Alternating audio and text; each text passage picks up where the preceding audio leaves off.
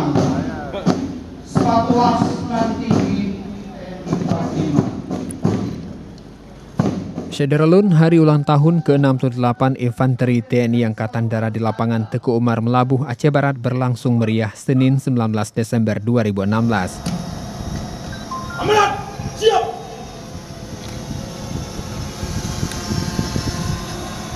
Dihadiri Kastam Iskandar Muda, Brigjen TNI Ahmad Daniel Khardin dan Danrem 012 Teguh Umar, Kolonel Infanteri Jaka Budi Utama.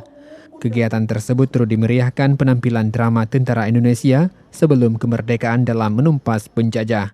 Selain itu, dilakukan penyerahan hadiah kepada prajurit atas lomba estafet peleton Branting Yuda Wastu Pramuka Jaya setelah mereka menempuh perjalanan kaki ratusan kilometer dari Biren hingga ke Melabuh selama 3 hari terakhir ini.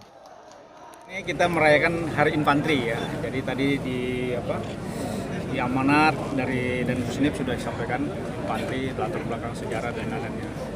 Ya, kita intinya siap mendukung untuk pilkada aman di Aceh. Ya. Dari Melabuh, Rizwan, Serambi On TV.